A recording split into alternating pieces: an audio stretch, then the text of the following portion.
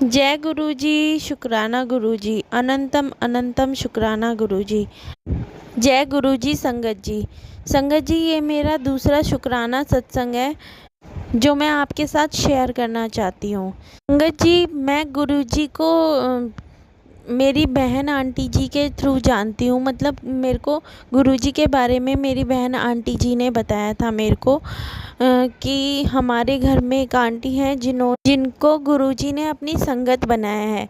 उन्हीं आंटी ने मेरी बहन आंटी को गुरुजी के बारे में बताया था।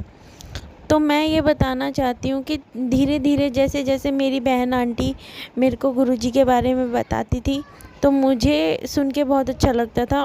और मैं पता नहीं कैसे कब गुरुजी की संगत बन गई, मुझे गुरुजी पे इतना अटूट विश्वास हो गया। तो ऐसे ही एक किस्सा जो मेरी बहन आंटी ने मुझे बताया था, हमारी ही एक रिलेटिव है मेरी बुआ आंटी, उनके बारे में। तो वो मैं आपको बताना चाहूँगी और गुरुजी का शुक्राना करना चाहूँगी कि बुआ को मतलब बुआ बहुत टाइम से परेशान चल रही हैं। जो मेरे बुआ आंटी मेरी बहुत टाइम से परेशान चल रही है। जो फूफा जी अंकल हैं वो बहुत ड्रिंक करते हैं, और पहले ऐसा नहीं था। फूफा जी अंकल बहुत सही थे, पर अब वो बिल्कुल ही मतलब डूब चुके हैं। बोल सकते हैं ना कि उन्होंने सब कुछ तहस नहस कर लिया है अपना। बस उनको बस शराब ही शराब दिखती है और कुछ नहीं दिखता। तो बुआ बहुत ज़्यादा परेशान थी फूफा जी अंकल के इस वाले।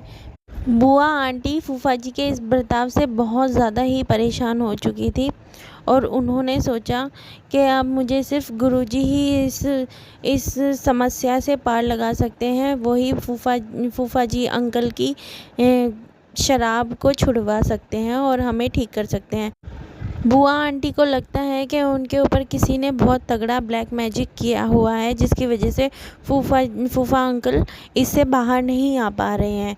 इसलिए बुआ आंटी ने ठान लिया कि वो अब गुरुजी की शरण में जाएंगी और गुरुजी से अरदास लगाएंगी कि गुरुजी हमें इस मुसीबत से बाहर निकालो।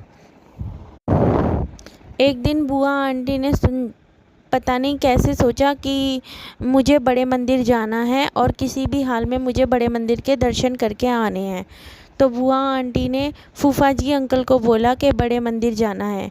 तो उन्होंने आंटी के पास फ़ोन किया कि भाभी आंटी, मुझे बड़े मंदिर जाना है और आप लोग हमारे साथ चलो, क्योंकि हमें वहाँ का कोई नॉलेज नहीं है और आपको थोड़ी नॉलेज है। भाभी आंटी ने कहा ठीक है। मैं फ़ोन रखते ही इतने में बहुत तेज़ बारिश आने लग गई, बहुत ज़्यादा तेज़ बारिश आने लग गई। तो जो बुआ आंटी के भाई अंकल हैं उन्होंने उनके पास फ़ोन किया और उन्होंने बोला कि आज नहीं, मंदिर फिर हम किसी और दिन चलेंगे, क्योंकि बहुत ज़्यादा तेज़ बारिश आ रही है और जाने आने में बहुत मुश्किल हो जाएगी। तो मंदिर फिर किसी और दिन चल पड़ेंगे। ये सुनते ही बुआ आंटी का तो जैसे मन ही टूट गया। उनको लगा कि शायद मुझे गुरुजी बुलाना नहीं चाहते हैं। गुरुजी अगर मुझे बुलाना चाहते तो ये बारिश नहीं होती। और मतलब मुझे बहुत ज़्यादा मन था आज गुरुजी से मिलने का, और मैं जा नहीं पाई। बुआ आंटी ने मायूस मन से कहा ठीक है, फिर किसी दिन चल लेंगे जब गुरुजी का बुलावा आएगा।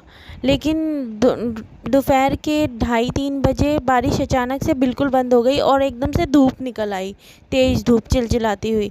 तब बुआ आंटी के भाई अंकल का फ़ोन आया और उन्होंने बुआ आंटी को बोला कि चलो बड़े मंदिर चलते हैं।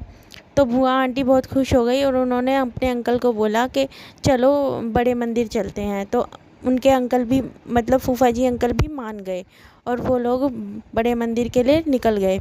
जैसे ही वो बड़े मंदिर जा रहे थे तो बुआ आंटी ने बताया कि बुआ आंटी के पैरों में इतनी तेज़ दर्द था, काफ़ी दिनों से बहुत ज़्यादा तेज़ दर्द था कि उनसे चला भी नहीं जाता। उनको ये चिंता हो रही थी कि मैं कैसे चल पाऊँगी, पार्किंग के बाद मंदिर तक जाना मेरे लिए बहुत मुश्किल हो जाएगा, इतने दर्द में मैं कैसे चल पाऊँगी, पर मुझे आज गुरुजी से भी मिलना है। तो बुआ आंटी बताती हैं कि जैसे ही उन्होंने पार्किंग में गाड़ी लगाई और वो गाड़ी से उतरी, वो अपनी भाभी आंटी को बता ही रही थी कि मेरे पैरों में इतना तेज़ दर्द है, पता नहीं मैं कैसे चल पाऊँगी। जैसे ही वो गाड़ी से उन्होंने कदम नीचे रखा, और तो उन्होंने महसूस किया कि उनके पैरों का दर्द एकदम से गायब हो गया, एकदम से उनके पैरों का दर्द चला गया। वो अपनी भाभी आंटी से बोली कि मेरा दर्द तो एकदम से गायब हो गया, जो इतने दिन से चलता आ रहा था मुझे समझ नहीं आ रहा एकदम से पैर का दर्द कहाँ गायब हो गया। फिर उन्होंने अंदर जाके गुरुजी के दर्शन किए, जल प्रसाद ग्रहण किया, सब अच्छे से दर्शन किए। बुआ आंटी बताती हैं कि वहाँ का वातावरण ऐसा है ना जो मन को एकदम से शांति पहुँचा देता है। वहाँ पे पता चलता है कि गुरुजी हमारे आसपास हैं। वहाँ सब कुछ इतना अच्छा है ना कि मैं शब्दों में बयान नहीं कर सकती। मैंने बुआ आंटी से पूछा कि बुआ आंटी अब आपके पैर का दर्द कैसा है। बुआ आंटी बोली वो दिन था और आज का दिन है, अभी तक भी मेरे पैर में कोई दर्द नहीं है। वो जैसा दर्द हुआ था उस दिन जब मैं मंदिर गई और मैंने मंदिर के लिए जब गाड़ी में से पैर नीचे ज़मीन पे रखा, बस उस दिन के बाद मेरे पैरों में कोई दुख तकलीफ़ नहीं है। शुक्राना मेरे मालिक, सबके ऊपर अपनी कृपा बरसाते रहना। जय गुरुजी। शुक्राना गुरुजी, अनंतम अनंतम शुक्राना। ओम नमः शिवाय, शिवजी सदा सहाय। ओम नमः शिवाय, गुरुजी सदा सहाय।